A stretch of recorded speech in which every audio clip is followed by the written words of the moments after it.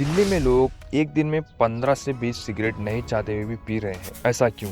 क्योंकि दिल्ली की हवा में पोल्यूशन इतना है कि वहाँ रहने वाले लोग लगभग एक दिन में 15 से 20 सिगरेट के बराबर पोल्यूशन इनहेल कर रहे हैं। जाहिर सी बात है कि लोग सांस लेना तो बंद नहीं कर सकते, लेकिन जब वो सांस ले रहे हैं तो उन्हें इतना नुकसान हो रहा है। मतलब अगर कोई आदमी दिल्ली में सिगरेट नहीं पी रहा है फिर भी उसको इतना नुकसान हो रहा है, तो सोचिए वो लोग जो सिगरेट पीते होंगे उन्हें कितना नुकसान हो रहा होगा। दिल्ली जो कि इंडिया का दिल है, अपनी वाइब्रेंट कल्चर के लिए जाना जाता है, लेकिन हर विंटर ये खतरनाक क्राइसिस का सामना करता है।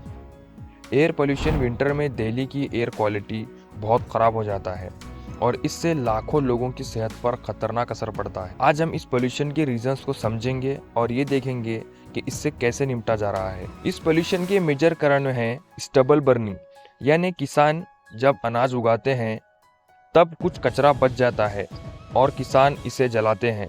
पंजाब, हरियाणा और उत्तर प्रदेश के किसान खेतों में धान के बाद जो कचरा जलाते हैं उससे जो धुआं निकलता है वो दिल्ली की एयर को खराब कर रहा है। ये पोल्यूशन का लगभग 30% हिस्सा है, खासकर विंटर के दिनों में। दूसरा बड़ा कारण व्हीकुलर इमिशंस।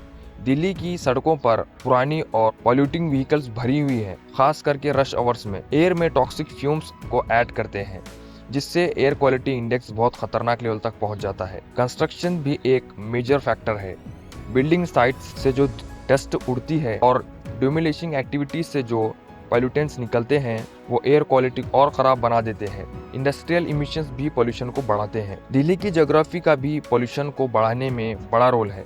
विंटर के मंथ्स में दिल्ली की ठंडी हवा पॉल्यूटेंट्स के नीचे ट्रैप कर लेता है। इसे टेम्परेचर इन्वर्शन कहते हैं, जो एयर को पूरी तरह से फैलने नहीं देता और पॉल्यूटेंट्स ग्राउंड के पास ही रहते हैं। इससे एयर क्वालिटी और खराब हो जाता है। रिसेंटली सुप्रीम कोर्ट ने भी इस पर एक्शन लिया है।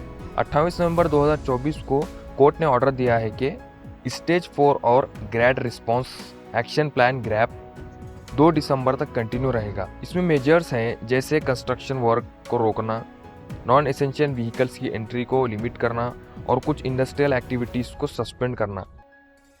लेकिन सुप्रीम कोर्ट ने अथॉरिटीज को पोर इम्प्लीमेंटेशन के लिए भी क्रिटिसाइज किया था और उन्होंने इन्फोर्समेंट को इम्प्रूव करने की बात कही। दिल्ली का पोल्यूशन सिर्फ इन्वायरमेंटल इश्यू नहीं है, ये एक पब्लिक हेल्थ क्राइसिस भी है। हॉस्पिटल्स में रिस्पायरेटरी डिसीज जैसे अस्थमा और हार्ट अटैक रिलेटेड इशू बढ़ गए हैं। खासकर बच्चों और बुजुर्गों को ज्यादा नुकसान हो रहा है। ये पोल्यूशन लेवल्स हेल्थ पर बहुत बड़े लॉन्ग टर्म इफेक्ट डाल रहे हैं, लेकिन हर चीज का एक सोल्यूशन है।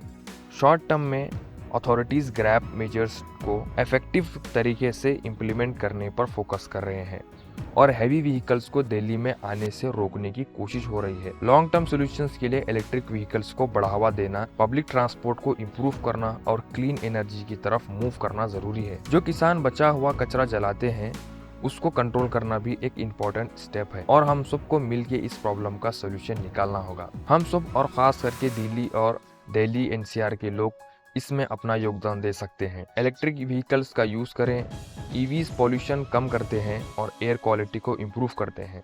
कचरा जलाने से बचें, वेस्ट को अलग करें और जलाने से बचने की कोशिश करें। पेड़ लगाएं, पेड़ पोल्यूशन को अब्जॉर्ब करते हैं और हवा को साफ करते हैं। रिन्यूएबल एनर्जी का इस्तेमाल करें, सोलार या वाइंड एनर्जी फॉसिल फ्यूल पर डिपेंडेंस को कम करता है। ग्रीन इनिशिएटिव को सपोर्ट करें। पोल्यूशन को कंट्रोल करने के लिए क्लीनर टेक्नोलॉजीज और पॉलिसीज को प्रमोट करें। लोगों को एजुकेट करें, दूसरों को इको फ्रेंडली प्रैक्टिसेस अपनाने के लिए इंस्पायर करें। इन छोटी छोटी एफर्ट से पोल्यूशन को काफी हद तक कम किया जा सकता है और दिल्ली की हवा को साफ बनाया जा सकता है। तो दोस्तों, इसी तरह की और इन्फॉर्मेटिव वीडियोस देखने के लिए हमारे चैनल को सब्सक्राइब करें।